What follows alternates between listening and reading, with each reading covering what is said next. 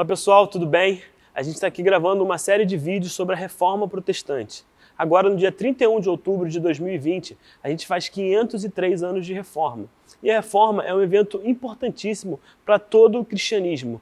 Nós, protestantes, somos herdeiros da Reforma. E para a gente isso é uma data muito importante que deve sim ser comemorada. Em razão disso, nós vamos fazer 3 vídeos onde a gente vai falar de maneira ampla da Reforma. É claro que se a gente fosse se mergulhar em cada reformador, em cada questão, na vida de cada um, a gente, logicamente, teria que demorar muito mais tempo. No entanto, a gente quer passar uma visão histórica para vocês, um panorama mesmo do que foi a reforma, como que ela se deu, a fim de que vocês possam entender um pouco mais de quem somos herdeiros. Essas aulas vão ter a seguinte configuração: a gente vai falar o que foi a reforma, a gente vai falar do contexto social, econômico e político anterior, ou seja, que veio juntamente com a reforma. A gente vai falar da reforma em si, como se deu, os pré-reformadores, os reformadores mais importantes. E a gente vai falar das consequências práticas da reforma nas nossas vidas. O que ela trouxe de importância para a gente. Então é importante que você fique ligado nessas aulas, a fim de que você possa conhecer um pouco mais da cultura em que você está inserido, beleza? Vamos começar. Hoje a gente vai falar inicialmente, introdutoriamente, sobre o que foi a reforma. A Reforma Protestante foi um movimento que teve o seu estopim lá no século XVI. No dia 31 de outubro de 1517, Martinho Lutero fixou na porta da igreja de Wittenberg as 95 teses.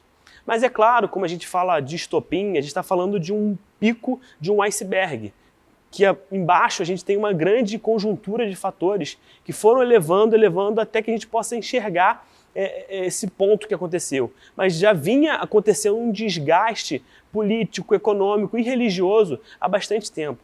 Mais ou menos desde o século XIV, o período da segunda parte da Idade Média, chamada Baixa Idade Média, o período da Escolástica, a gente já vinha tendo uma postura e comportamentos da Igreja Católica que contrariavam totalmente as Escrituras, que iam contra tudo aquilo que Jesus deixou para a gente. Muitas vezes a gente acaba não entendendo como chegou a esse ponto. Mas, gente, pessoas, seres humanos, acabam levando as questões de maneira não tão firmes e começam a se corromper com dinheiro, corromper com posses. E isso que estava acontecendo na Igreja Católica naquele período.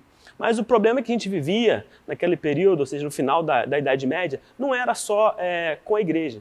A gente vivia um problema econômico, um problema social muito intenso. A gente vivia mudanças nas estruturas políticas e econômicas da Europa de maneira profunda. As estruturas estavam sendo modificadas.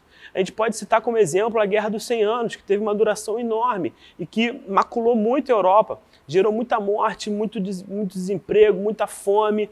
A gente tem, por exemplo, a peste bubônica, que foi um momento onde a população ficou dizimada, onde tinha um flagelo econômico e social muito grande. Nesse clima, nesse momento, a gente vivia numa sociedade extremamente pessimista, extremamente desiludida, extremamente triste. Tão triste que a gente surgiu um movimento que depois eu vou pedir para o Edu botar aqui para a gente, que é sobre as caveiras, sobre caveiras dançantes, que chama-se a Dança da Morte, que são artes feitas por alguns artistas locais que mostram caveiras dançando, que representam como a sociedade estava se vendo naquele momento. Era um aviso para os poderosos de que a morte um dia ia chegar e aquele opulência deles, aquele desprezo que ele tinha pelos mais pobres, um dia iria chegar ao fim. Era um consolo para os mais pobres que sofriam pra caramba e que um dia chegaria a morte deles e eles poderiam dar fim àquele sofrimento. E era um aviso para todos nós sobre a efemeridade da vida. A vida passa e passa rápido. Então, esse período em que havia esse grande sofrimento da população, a gente encontra o início da Reforma Protestante. Na religião, especificamente, a gente estava vivendo um declínio muito forte do papado. A gente estava numa transição entre o feudalismo e os estados nacionais absolutistas muito forte. O papado, naquela época, ela tinha muita força, junto com os estados absolutistas, os reis, os monarcas. Eles mandavam e desmandavam em todas as questões, se miscuíam em questões políticas, se miscuíam em questões econômicas e pouco faziam do papel deles, que era pregar Jesus, levar a Bíblia para as pessoas. A Bíblia era escrita naquela época em latim, e as pessoas mal sabiam ler, muito menos ler em latim. Então ficava o acesso à informação às elites tanto à nobreza quanto ao clero. Eles manipulavam as escrituras conforme eles bem entendiam. Isso ficava muito claro quando eles faziam a venda de indulgências, a venda da salvação, questões que eram absurdas, que não existiam na Bíblia, mas as pessoas encampavam aquelas ideias porque elas achavam que deveria ser verdade, já que o Papa estava dizendo que era verdade. Nesse período, então, a gente teve o surgimento do Renascimento. E o Renascimento ele trouxe o homem para o centro. Então as questões da vida, as questões da cultura e da arte começaram a ser enxergadas, vistas, na verdade, né, por um olhar e uma perspectiva mais humana e menos teocêntrica. Ou seja, o homem estava querendo se tornar o centro de todas as coisas e deixar um pouco essa visão cristianizada das coisas. No final da Idade Média, a gente tem, por exemplo, São Tomás de Aquino e Agostinho, que faziam leitura dos clássicos, como Aristóteles e Platão, mas uma leitura no entendimento dos renascentistas, uma leitura equivocada, porque era uma leitura extremamente cristianizada. Então, a igreja estava perdendo esse contato e essa hegemonia de pregadora da palavra de Deus em razão da corrupção do clero. A gente então teve a erosão, chamada erosão do ideal da cristandade. E o Papa começou a perder a autoridade. A religiosidade era meritória, com missas pelos mortos, crença no purgatório e invocação de santos e Maria. Os desvios teológicos eram absurdos. Para você ter uma noção, no século XV, início do século XVI, onde haviam os papas do Renascimento, eles na verdade foram mais estadistas e incentivadores da arte do que servos de Deus e cuidadores do seu rebanho. Então o papado ele caiu num descrédito muito grande. A questão da venda das indulgências, que foi a grande questão de Lutero que surgiu, que a gente vai falar sobre isso na próxima aula, foi o pico do iceberg, mas eles já vinham lutando contra a grande acúmulo de riqueza, as posses extremas da igreja, que faziam aquilo ao bel prazer e sem ajudar o próximo. Então não tinha nenhuma relação bíblica naquilo, não tinha nenhum amor ao próximo, tinha apenas apego a riquezas materiais. O Papa Leão X, que foi um contemporâneo de Lutero, ele disse o seguinte: agora que Deus nos deu o papado, vamos desfrutá-lo. Nesse contexto, meus irmãos, a igreja ela vivia uma grande crise de credibilidade e ela começou a ser contestada. Alguns teólogos que tinham acesso ao estudo, que tinham acesso à língua latina, começaram a estudar mais a Bíblia e começaram a enxergar na Bíblia posturas totalmente diferentes daquelas pregadas pelos papas, posturas totalmente equivocadas. Isso já no século XIV e século XV, muito antes da Reforma, que foi no século XVI, a gente já tem o que a gente pode chamar de pré-reformadores, que são alguns que começam a questionar essa postura da igreja para com o seu rebanho, essa postura da igreja influindo na economia, essa postura da igreja influindo na política. Então a gente pode citar alguns nomes importantes. Como eu falei antes, a gente poderia levar uma aula em cada pré-reformador, uma aula em cada reformador. A gente tem muita informação deles e que é importante para a gente entender quem são. Mas para fins didáticos dessa aula, a gente vai passar rápido pela vida de cada um, porque a ideia é dar um panorama completo para você enxergar um pouco o que foi essa reforma. E se posteriormente a gente puder, a gente entra em cada um deles em conjunto. Então, o primeiro, e que é muito importante, pré-reformador, começou a criticar as práticas e os abusos da igreja medieval, foi o John Wycliffe. Ele viveu de 1325 a 1384. Ele foi um sacerdote e um professor na Universidade de Oxford. Wycliffe, quando começou a ter acesso às escrituras e começou a estudar profundamente, percebeu que a igreja estava indo num caminho totalmente equivocado. Ele atacou as irregularidades do clero, as superstições, relíquias, peregrinações, veneração dos santos. Também atacou a transubstanciação, que era uma doutrina importante e que era adotada pela igreja naquele período. Atacou o purgatório, as indulgências, o celibato clerical e as pretensões papais. O John Wycliffe bateu de frente com a igreja. E como você pode imaginar, bateu de frente com a igreja, eventualmente acabou excomungado e assassinado.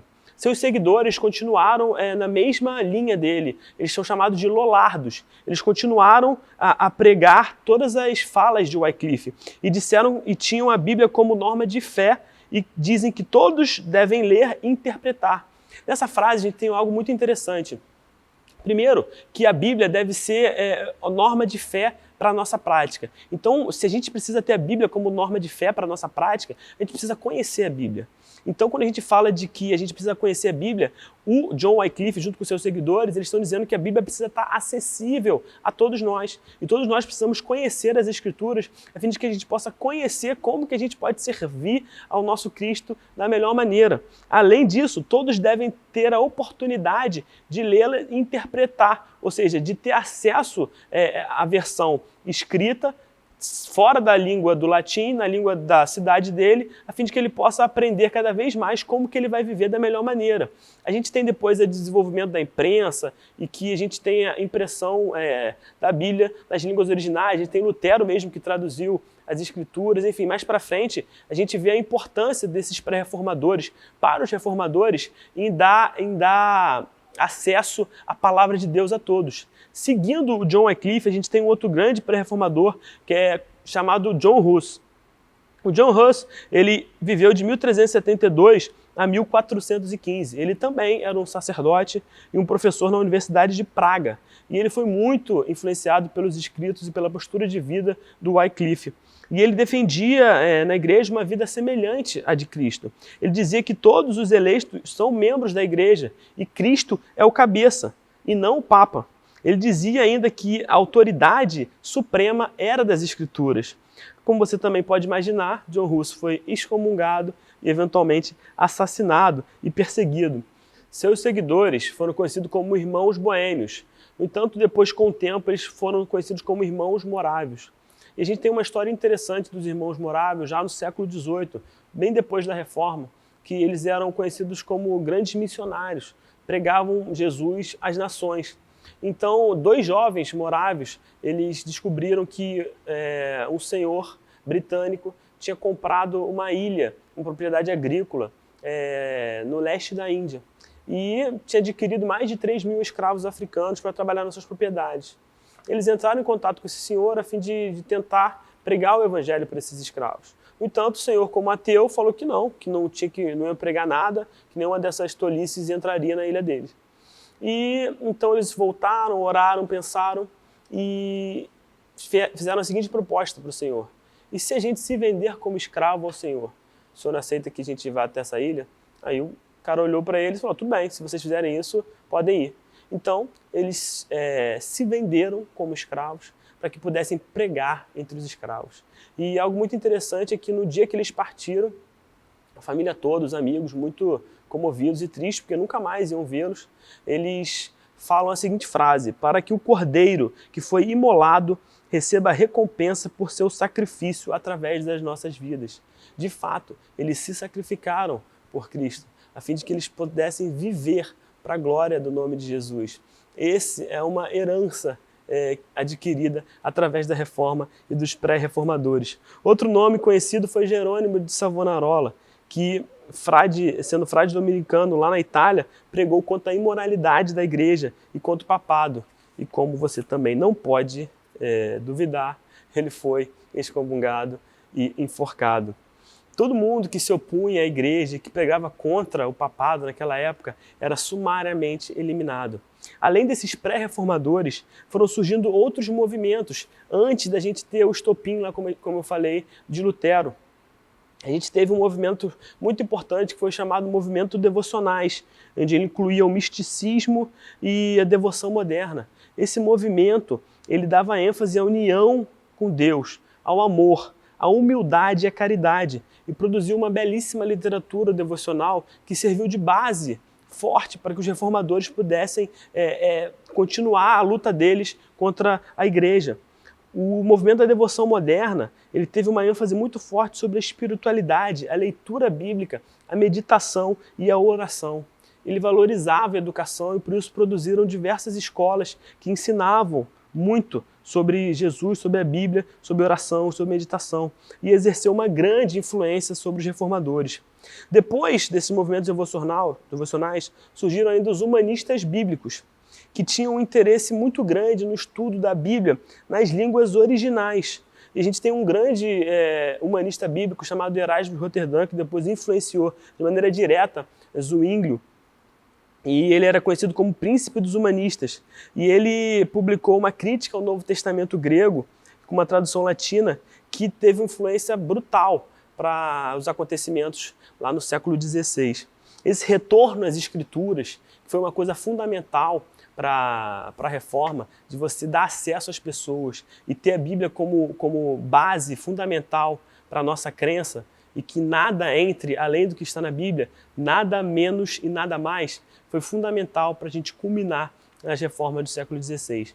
A gente vai continuar na próxima aula, onde a gente vai falar sobre os reformadores em si, a história de cada um deles, os principais, e a gente vai falar depois das consequências práticas que a reforma trouxe para a gente hoje.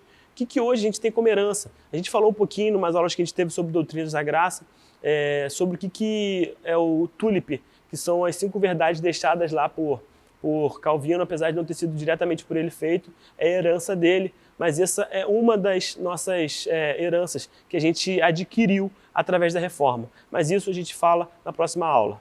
Tchau, tchau.